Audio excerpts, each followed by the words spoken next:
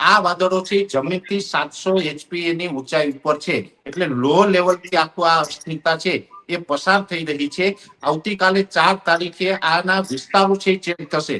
જેવી રીતે સૌરાષ્ટ્ર અને કચ્છમાં 2 દિવસથી વરસાદ જોવા મળી રહ્યો છે, આવતીકાલે આ વરસાદ શિફ્ટ થઈ અને મધ્ય ગુજરાત, જેમાં વડોદરા, આણંદ, નડિયાદ, ખેડા સાથે છોટાઉદેપુર, દાહોદ, ગોધરા અને રાજપીપળા આટલા જિલ્લાઓની અંદર આવતીકાલે વરસાદની અસર થવાની છે. એ સાથે હાઈ પ્રેશરને કારણે અત્યારે પવનની ઝડપમાં પણ વધારો થયો છે.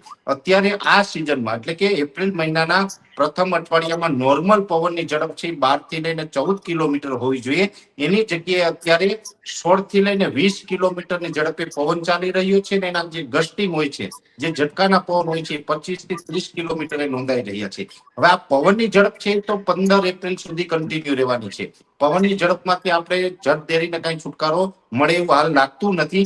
અને આ જે ટ્રફ છે એને કારણે આવતીકાલે 4 તારીખ સુધી જે માવઠાના રૂપમાં અસર કરશે, પછી 5 તારીખ એક જ આપણે ખાલી જવાની છે. આની પાછળ એક બીજો ટ્રફ આવી રહ્યો છે. એ ટ્રફ આપણે 6 તારીખે બપોર બાદથી ગુજરાતની અસર કરશે. એ 6, 7 અને 8 એપ્રિલ એમ 3 દિવસ પાછું માવઠું આવશે. એટલે આ જે 3 તારીખ છે એમ 8, 9 તારીખ સુધી હજી રાજ્યના અલગ અલગ વિસ્તારોમાં કન્ટિન્યુ માવઠું થશે. આ માવઠું છે એમાં વધારે પડતા થંડરસ્ટોર્મ એક્ટિવિટી થવાની શક્યતાઓ છે, કેમ કે આ ઉનાળાની સિઝન છે. જ્યારે શિયાળાની સિઝનમાં માવઠા થતા હોય એમાં તોફાન ઓછું હોય, ઉનાળામાં જે માવઠા થાય તેમાં ગરમીને કારણે થંડરસ્ટોર્મ એક્ટિવિટી થાય. થંડરસ્ટોર્મ એક્ટિવિટી એટલે એમાં ગાજવીજનું પ્રમાણ વધારે રહે અને પવનનું પ્રમાણ પણ વધારે રહે. અને અત્યારે જે ખેડૂતોને જે પાક છે એને કુવા અથવા તો બોરનું જે પાણી આપતા હોય, પિયત આપતા હોય, એ હુંફાળું પાણી હોય. એની જગ્યાએ જે આ ઠંડુ પાણી વરસે છે, અમુક જગ્યાએ કરા પણ પડતા હોય, એટલે ઠંડુ પાણી પડે એને કારણે ખેતી પાકોની અંદર પણ ઘણું બધું નુકસાન થાય.